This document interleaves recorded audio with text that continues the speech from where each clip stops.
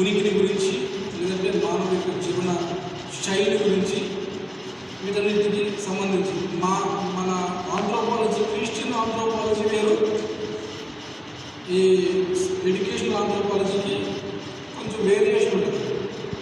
ఓకేనా? సో నేను దీన్ని ఎక్కువ టచ్ చేయట్లేదు. సో ఇది థియాలజికల్ ఎడ్యుకేషనల్ బేసిక్ కాబట్టి కొంచెం దాన్ని ఎక్కువ టైం తీసుకోవాల్సి ఉంటుంది. సో దాన్ని నేను మూవ్ ఆన్ అయిపోతున్నాను. కాకపోతే కొంచెం జస్ట్ బిబ్లికల్గా బైబిల్ పరంగా, పరిశుద్ధ గ్రంథం పరంగా ఒక 2 రెఫరెన్స్ మీకు చెప్తాను.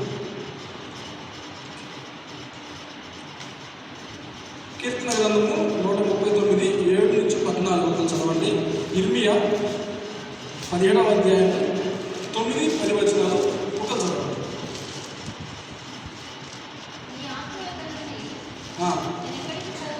ఎక్కడికి పోదును? నీ సన్నిధి నుండి నేను ఎక్కడికి పారిపోదును? నేను ఆకాశంలోకి ఎక్కినను, నీవు అక్కడ ఉన్నావు. నేను పాతాళంలో పట్టుకున్నాను, నీవు అక్కడ ఉన్నావు. నేను వేకువ రెక్కలు కట్టుకుని సముద్ర దిగంతంలో నివసించున్నాను, నీవు అక్కడను నీ చెయ్యి నన్ను నడిపించు, నీ కుడి చెయ్యి నన్ను పట్టుకును. అంధకారం నన్ను మరుగు చేయదు, నాకు కలుగు వెలుగు రాత్రి వలె ఉండును అని నేను అనుకొని నీకులా చీకటిను నీకు చీకటి లేకపోయాను. రాత్రి పగటి వలె నీకు వెలుగుగా ఉన్నది, చీకటియు వెలుగును నీకు ఏకరీతిగా ఉన్నవి. నా అంతరింద్రియములకు నీవే కలుగజేస్తుంది, నా తల్లి గర్భం నన్ను నిర్మించిన వాడవు నీవే. ఆ కీర్తనగా చెప్తున్నాడు. అంటే దేవుడి యొక్క నుండి మానవుడు తప్పించుకోలేదని చెప్తూ, అసలు నీవు నన్ను ఎక్కడికెళ్ళినా పట్టుకుంటావు, కనబడతావు, చూస్తావు, తప్పించుకోలేని నీ దగ్గర నుంచి అని చెప్తూ, అదంతా కాదు, నన్ను నిర్మించిందే నీవు తల్లి గర్భంలో, అక్కడి నుంచే నువ్వు చూసావు నన్ను అని చెప్పేసి. ఎక్కడ తప్పించుకుంటాడు? మానవుని యొక్క నిర్మాణం గురించి ప్రస్తావన పరిశుద్ధ గ్రంథంలో చాలా స్పష్టంగా చెప్పబడింది. ఓకేనా? ఇర్మియా గ్రంథము 17:9 హృదయము అన్నిటికంటే మోసకరమైనది, అది ఘోరమైన వ్యాధి కలది, దాన్ని గ్రహింపగల వాడు. అంటే ఇక్కడ మీకు గమనిస్తుంది, మనిషి లోపల బాగోనేది లేదు, పాడు చేసేది ఏది, మనిషిని పాడు చేసేది ఏదైనా ఉందంటే అది హృదయం. అవునా? ఒప్పుకుంటారా? హృదయం లోపల నుంచే వస్తాయి అన్నీ.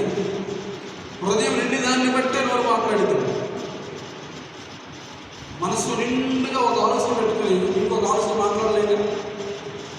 అంటే దేవుడు చెప్పిన వాక్యంలో ఆంథ్రోపాలజీ అంటే మానవ శాస్త్రం, మానవుల గురించి మాట్లాడుతున్న దేవుని వాక్యము స్పష్టంగా చెప్పిన మాట ఏంటంటే,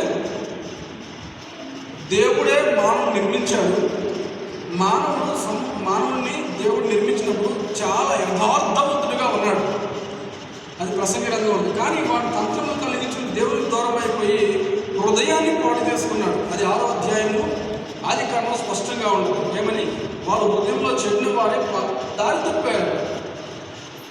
ఎక్కడ చెడిపోతే దారి తప్పిపోతాడు? లోపల చెడిపోతే బయట కనబడదు.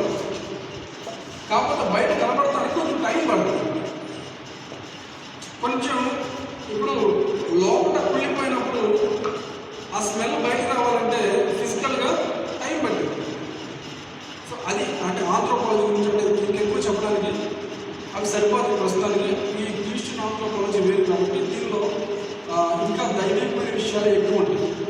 సో దేవుడు మానవుని ఏ విధంగా నిర్మించి, ఏ విధంగా నిలబెట్టి, ఏ విధంగా నడిపిస్తూ, పాలిస్తూ, అవకాశం ఇస్తూ, ఆదరణ ఇస్తూ, దేవుని వైపు రావడానికి, దేవుడితో నిలబడటానికి, ఆయన వాక్యం పైన ఆధారపడటానికి ప్రభు ఎంతవరకు మనకు అవకాశం ఉంటుందో అవన్నీ కూడా ఈ క్రిస్టియన్ ఆంథ్రోపాలజీలో మనం స్పష్టంగా చూడగలుగుతాం. హల్లెలూయా.